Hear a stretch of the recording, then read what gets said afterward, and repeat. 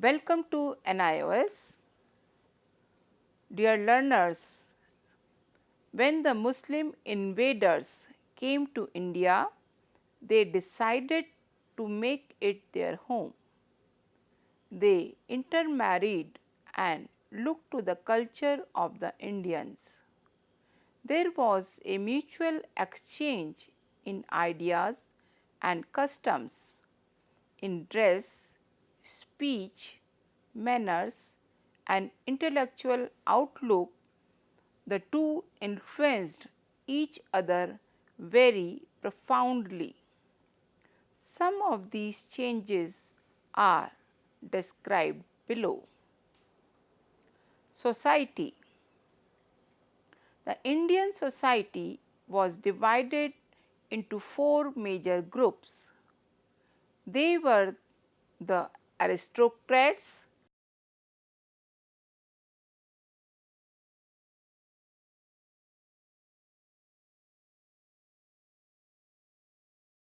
the priests,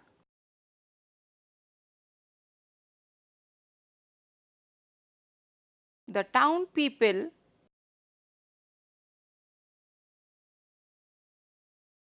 the peasants.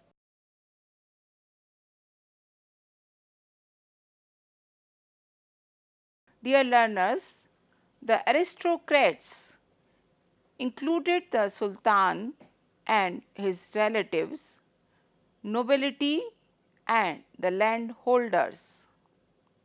There were also the Hindu Rajas, chiefs, Hindu merchants, and bankers.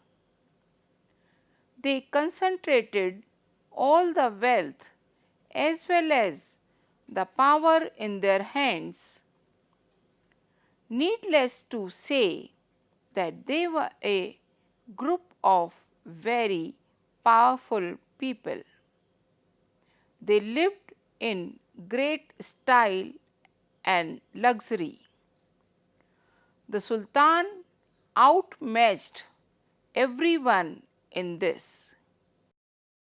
He had to do it so as to maintain his superiority and his status. He had to show that he was different from the others. Whenever a new sultan came to the throne, the khutbah or sermon was read out in his name in the Friday prayers at the mosque, and coins were issued in his name. This established the new ruler on the throne. Dear learners, the priests were another important class of people in the society. Among the Hindus, they were the Brahmins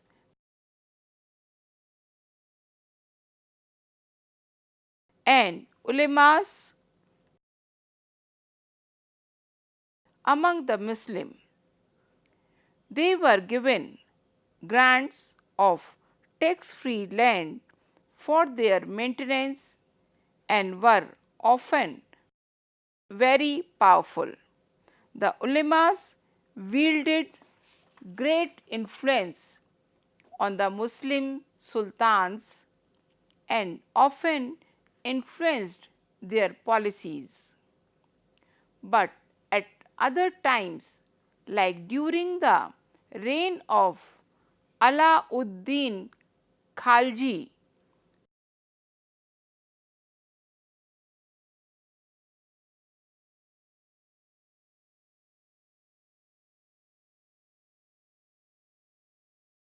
they were even ignored.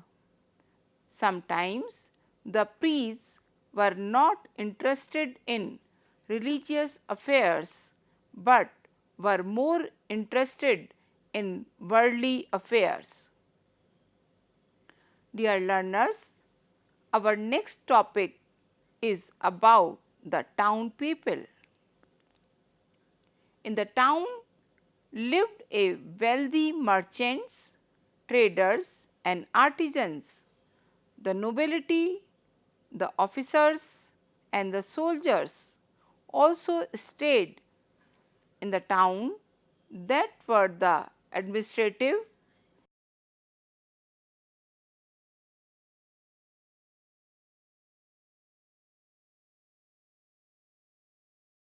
and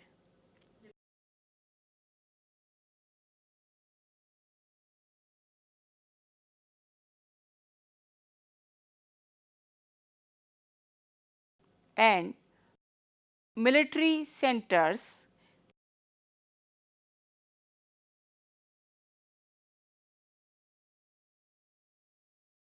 places where the Sufi and Bhakti saints lived and places which housed important temples and mosques had become pilgrim centers.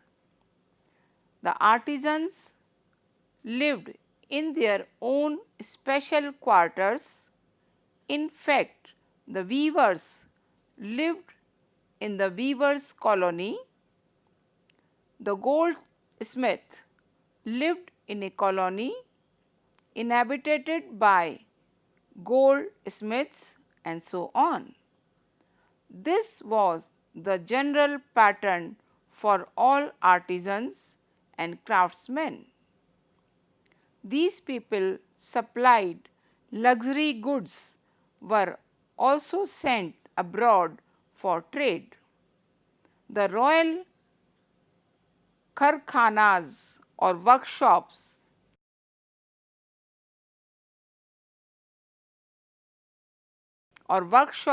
employed these workers for producing beautiful goods which were often used as gifts to be given away by the sultans. Dear learners, our next topic is about the peasants. The peasants, of course, lived in the villages and were often the worst off. They paid huge taxes to the state as land revenue. Any change of dynasty had no effect on their lives. Their life continued as before.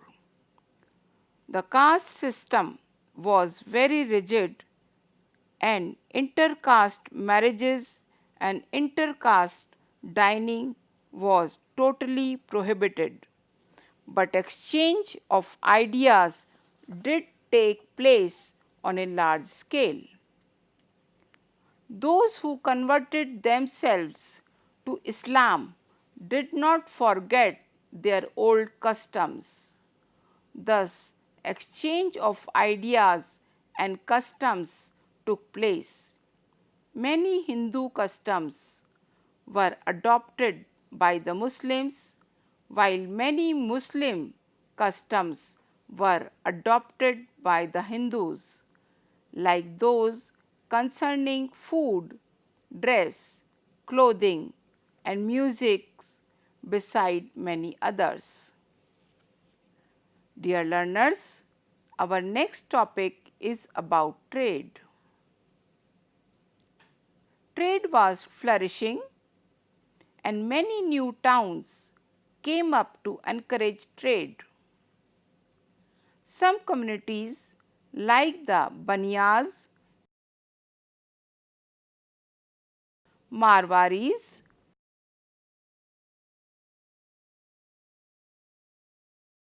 and Multanis made trade their special vocation. The Banjaras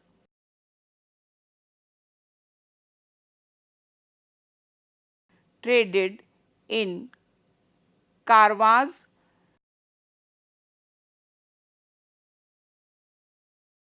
and were continuously on the move, carrying goods from one place to another.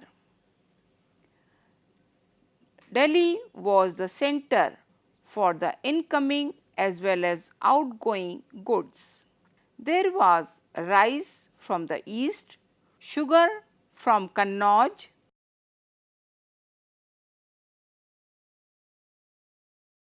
wheat from Doab,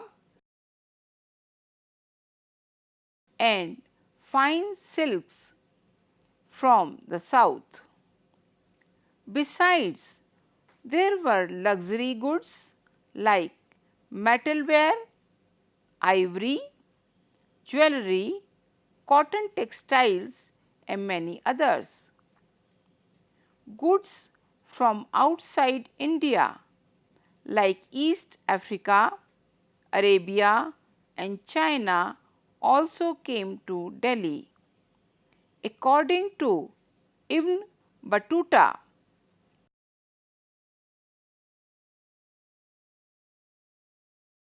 Delhi at that time was a magnificent city. The growth of trade encouraged the use of money, and at this time came into use of silver tanka or coin. It was the most commonly used currency and was introduced by Iltutmish.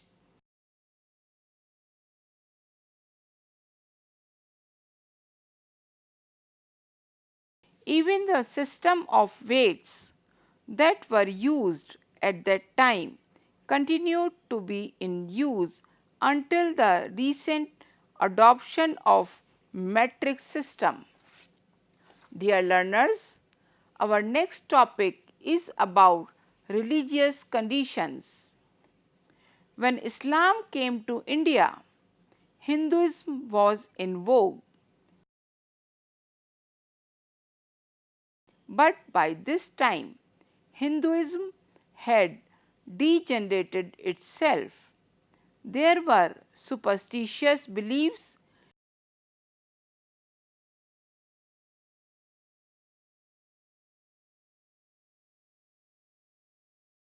rituals,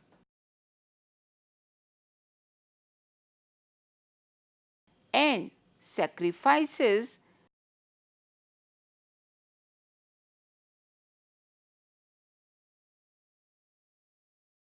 Brahmins had become very powerful and caste system was very rigid. The people, especially the lower classes, were ill treated. Islam was the opposite of what was in practice among the Hindus. It talked of equality, brotherhood, oneness of God. There were no dogmas in Islam. Dogmas, on the other hand, it had a simple doctrine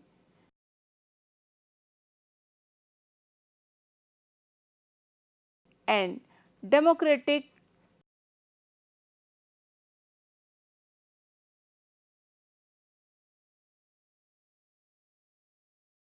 organization.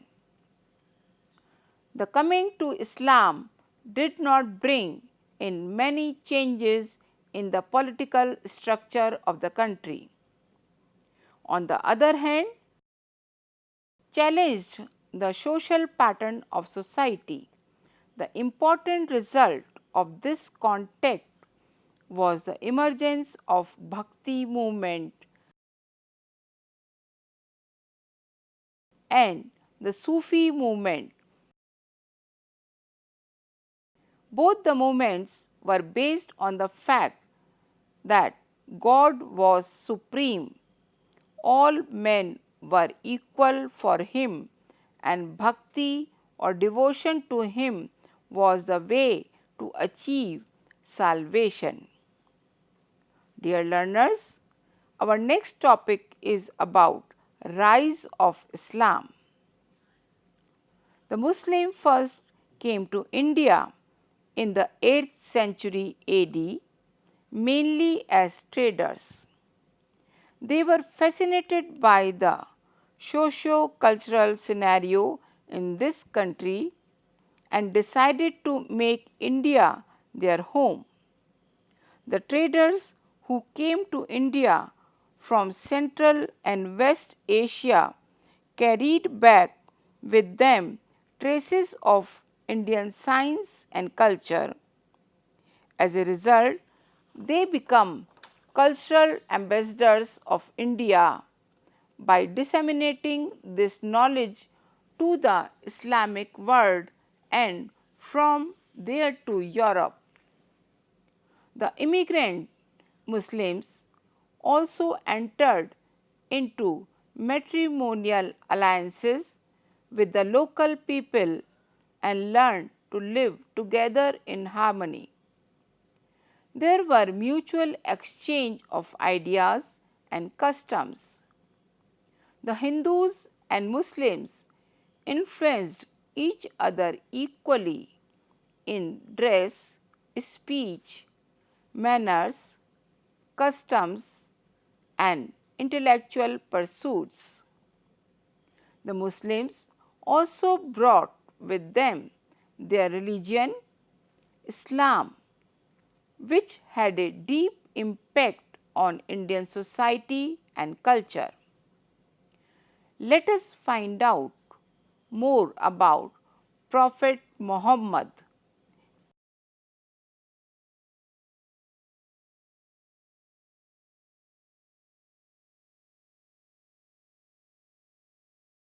And Islam in this lesson. Prophet Muhammad preached Islam in the 7th century AD in Arabia.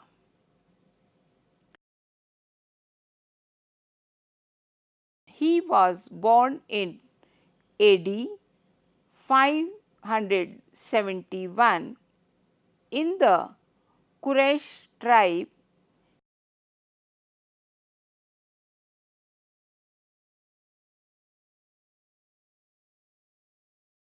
of Arabia. He migrated to Medina from Mecca in AD 622, and this marked the beginning of Hijra era.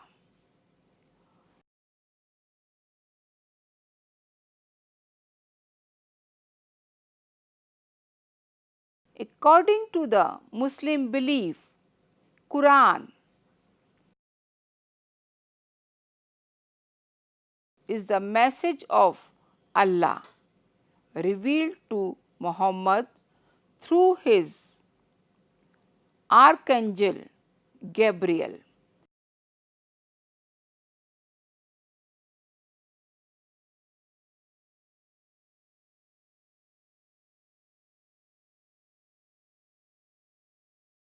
It has been translated into several languages. The five fundamental principles of Islam are Tawheed,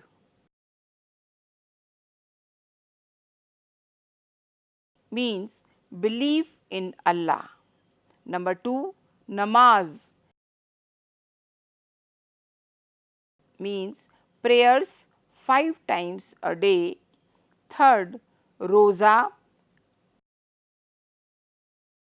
means fasting in the month of Ramzan. Fourth, Zakat, giving of alms. Fifth, Hajj, means pilgrimage to Mecca. Prophet Muhammad's saying are preserved in what is called the Hadith or Hadith.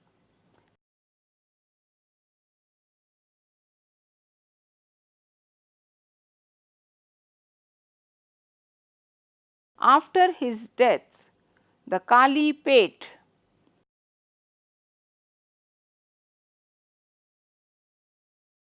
was established. There were four pious caliphs. Islam talked of equality, brotherhood, and the existence of one God. Its arrival particularly made a profound impact on the traditional pattern of Indian society. The rise of both the Bhakti and the Sufi movements contributed immensely in this regard. Both the Bhakti and the Sufi movements believed that all humans are equal, God is supreme, and devotion to God is the only way to achieve salvation. Dear learners, now we will discuss about rise of Sufism. Sufism is a common term for Islamic mysticism.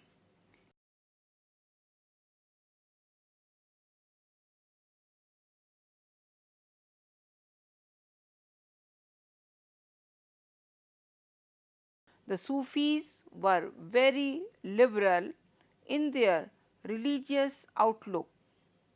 They believed in the essential unity of all religions. They preached spirituality through music and doctrines that professed union with God. Sufism originated in Iran and found a congenial atmosphere in India under the Turkish rule. Their sense of pity, tolerance, sympathy, concept of equality, and friendly attitude attracted many Hindus, mostly from lower classes, to Islam. Sufi saints such as Maunuddin Chishti,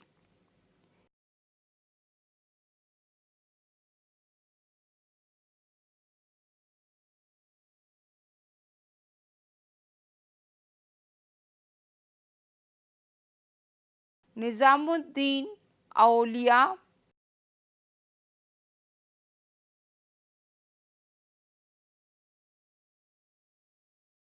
Fariduddin,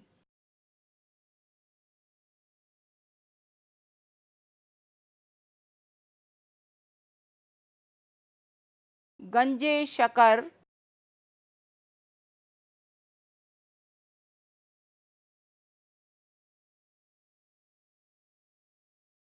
were the pioneer Sufis who are still loved, respected, and honored in India. The Sufis were also influenced by the Christian and Buddhist monks regarding the establishment of their khanqahs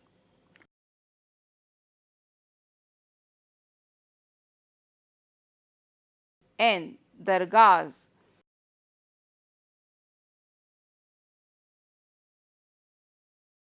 Khanqa, the institutions or abode of Sufis set up by the Sufis in northern India, took Islam deeper into the countryside. Mazars or tomb and taqiyas or resting places of Muslim saints also became the centers for the propagation of Islamic ideas. These were patronized both by the aristocracy and the common people. The Sufis emphasized respect for all human beings. The Sufis were organized into religious orders or silsilas.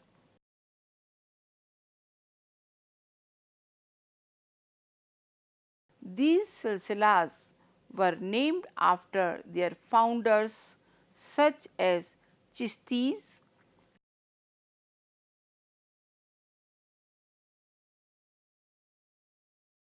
Shuravardi,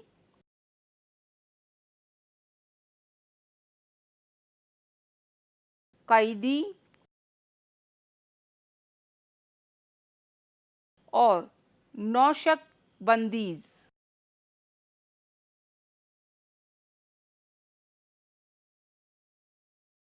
According to Abul Fazl,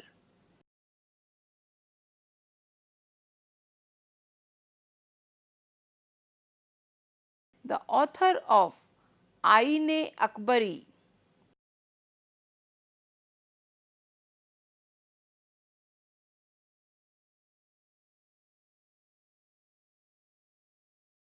there were as many as 14 silsilas in India during the 16th century. Each order had its own khanqah,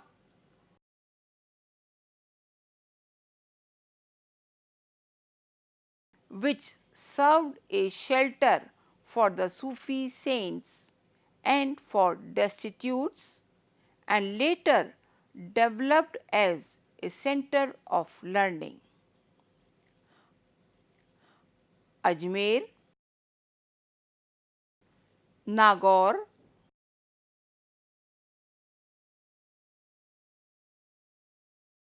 Ajodhan or Pakpattan,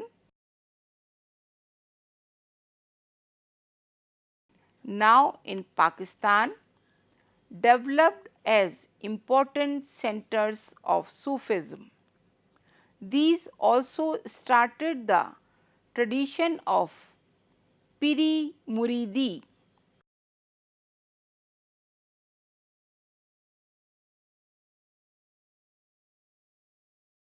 or teachers and the disciples.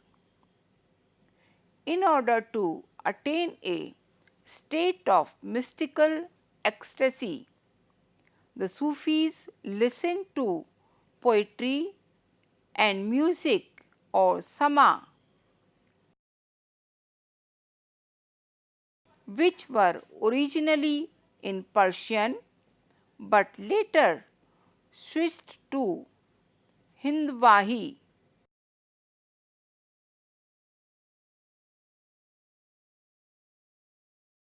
or Hindustani.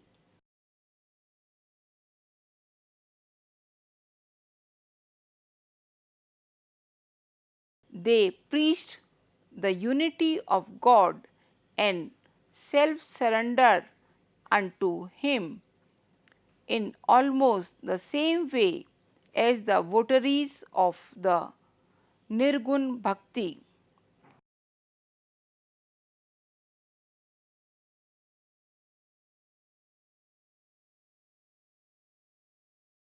movement did.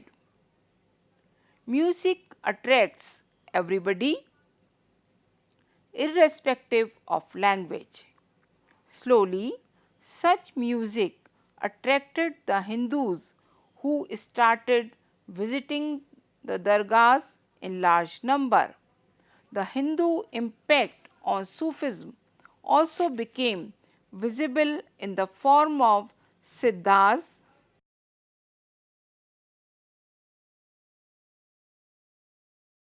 and yogic postures.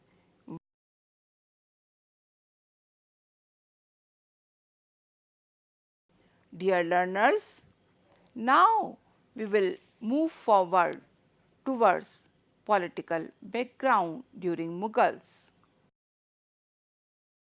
The rulers of Delhi who ruled from 1206 to 1290 were Mamluk Turks.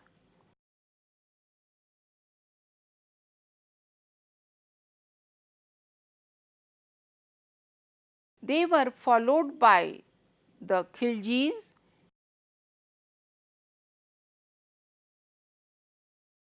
Tughlakas,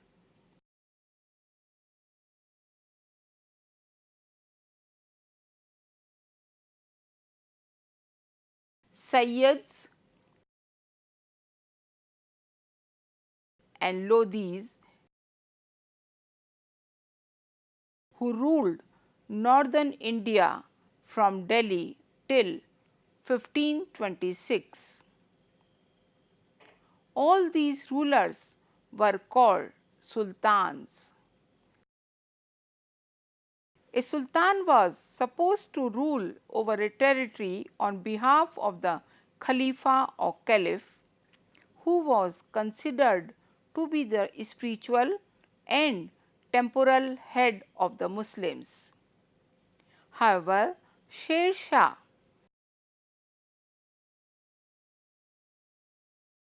a local Afghan ruler, challenged the Mughal ruler Humayun and kept him away from the throne of Delhi for about 15 years, 1540 to 1555. Sher Shah's reign stands out for many outstanding achievements. Among these was the construction of several roads, the most important being Sarke-Azam,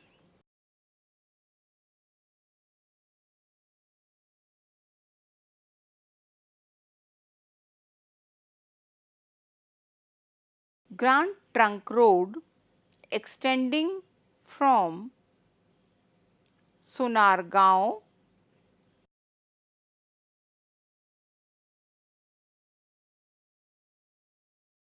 now in Bangladesh, to Attock,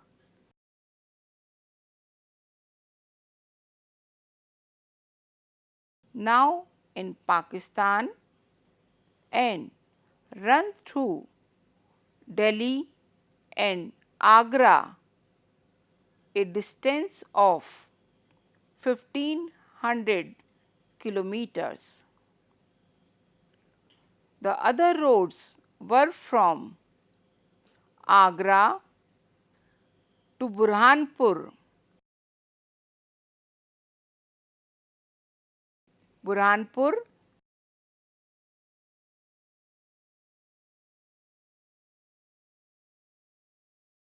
Agra to Marwar,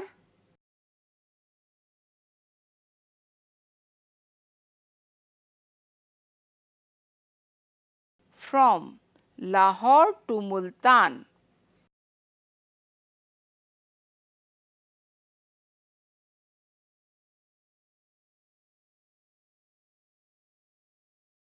He struck beautiful coins in gold, silver, and copper, which were imitated by the Mughal kings.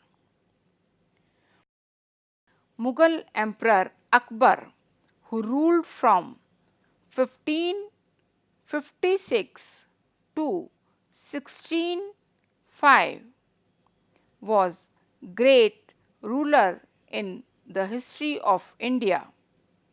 He made a sincere efforts to foster harmony among his subjects by discouraging racial, religious, and cultural biases. He tried to develop friendly relations with the Hindus to fulfill imperialist ambitions.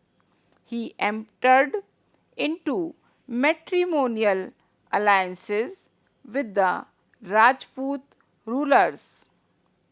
His greatest contribution was the political unification of the country and the establishment of an all powerful central government with a uniform system of administration. Akbar was a great patron of art, architecture, and learning. as a secular minded monarch.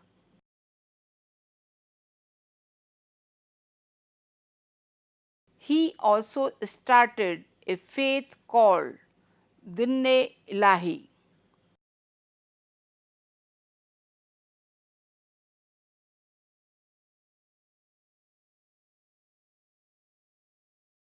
which encompassed ideas from various religions. On every Thursday, scholars from different religions came to debate on religious issues raised by the emperor. This was done at the Ibadat Khana at Fatehpur Sikri at Agra.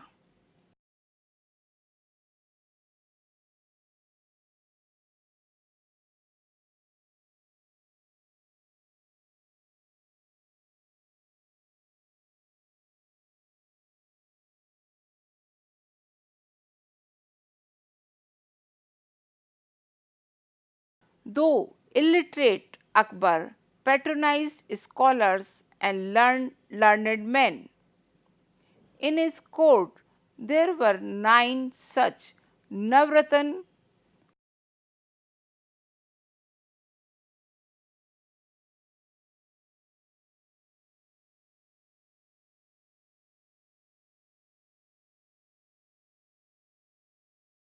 Mulla do Pyaja.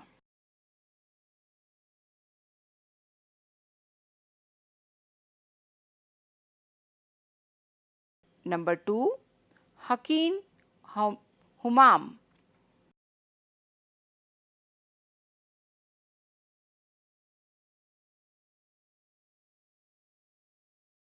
Third, Abdur Rahim Khan A. Khanan.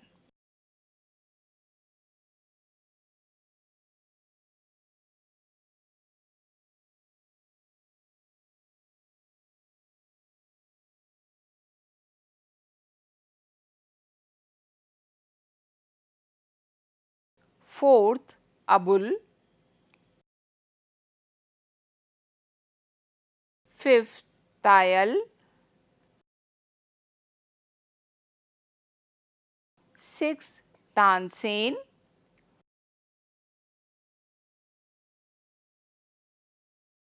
Seven, Raja Todarmal.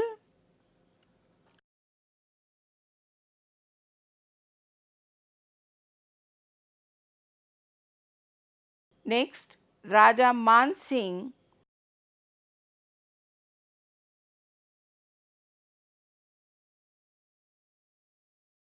Next, Faizi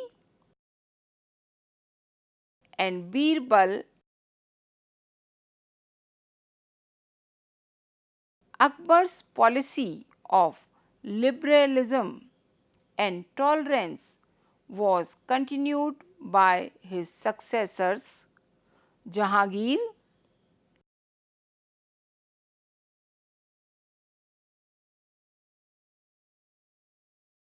and Shahjahan.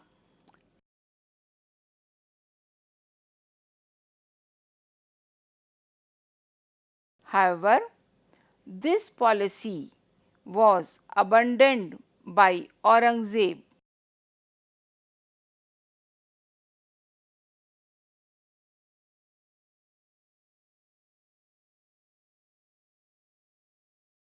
Aurangzeb's short sighted policies and endless wars in different parts of the country, especially in South India, resulted in the disintegration of the Mughal Empire.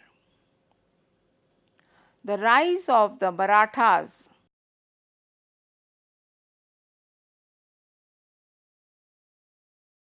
in the south began with the invasion of Nadir Shah.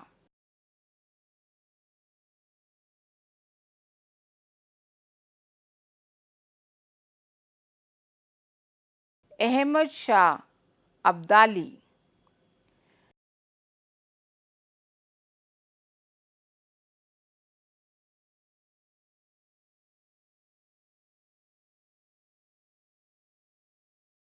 Unrest among the nobility in the court and the rise of the Sikhs in northwestern India destroyed whatever was left of the Mughal power. Economically, India was still the biggest exporter in the world and had great wealth, but it was left far behind in the process of modernization. Dear learners, now we will discuss about cultural development during Mughals. It was in the field of art and architecture that the rulers of this period took a keen interest. The composite cultural characteristic of the medieval period is amply witnessed in these fields.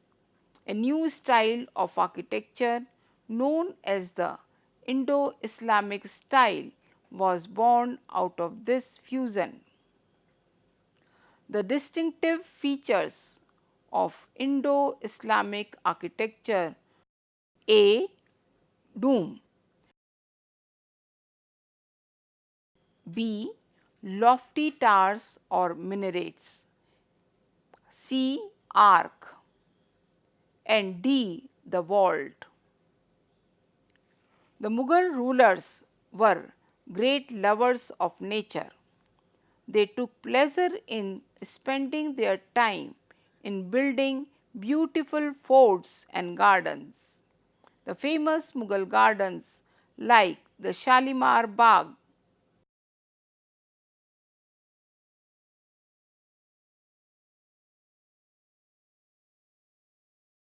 and the Nishad Bagh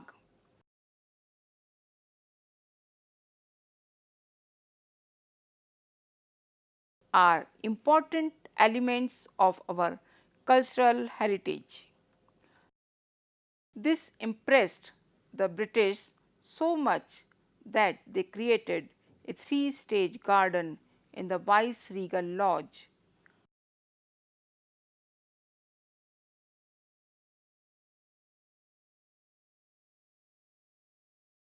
Now the Rashtrapati Bhavan.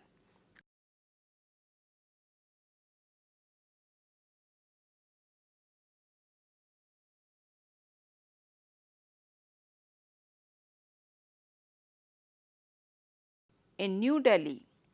It was on these very lines the famous Vrindavan garden in Mysore,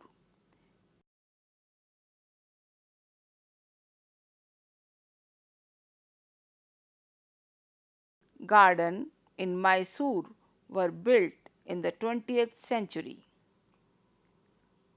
The Prithviradura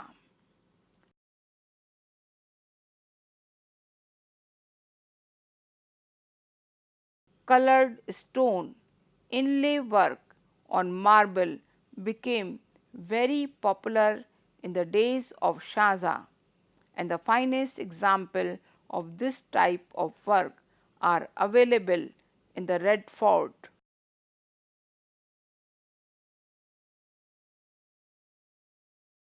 in Delhi and the Taj Mahal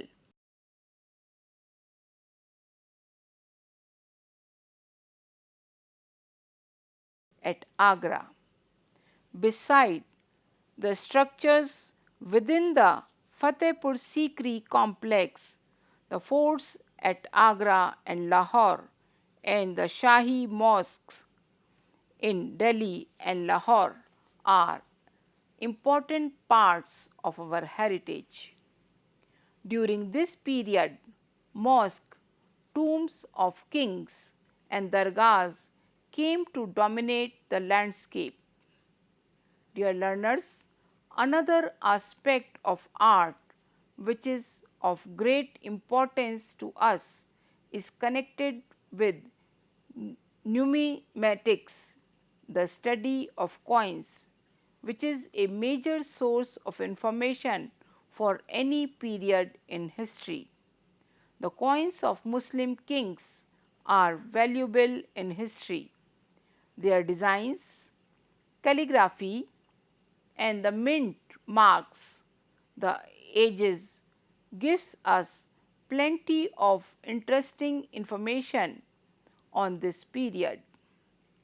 From the royal titles, the name, and the place of minting, we can find out the extent of the monarch's kingdom as well as his status. Muhammad bin Tughlaq.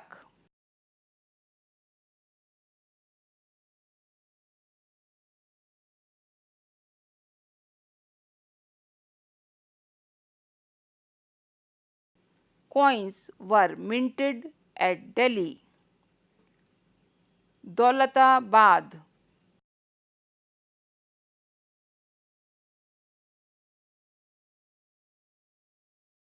and several other provincial capitals and had at least 25 different varieties. Some of the legends found on the coins are quite interesting. The warrior in the cause of God and who obeys the sultans, obeys the compassionate are a few examples. Dear learners, we are ending here the mentioned topic, which was on Delhi Sultanate and rise of Islam. In the next session, we will learn about Bhakti Movement. If you have any query, you may send email at siglanguage@nios.ac.in. For more information, you can visit our website at www.nios.ac.in. I hope you have understood and enjoyed learning this section.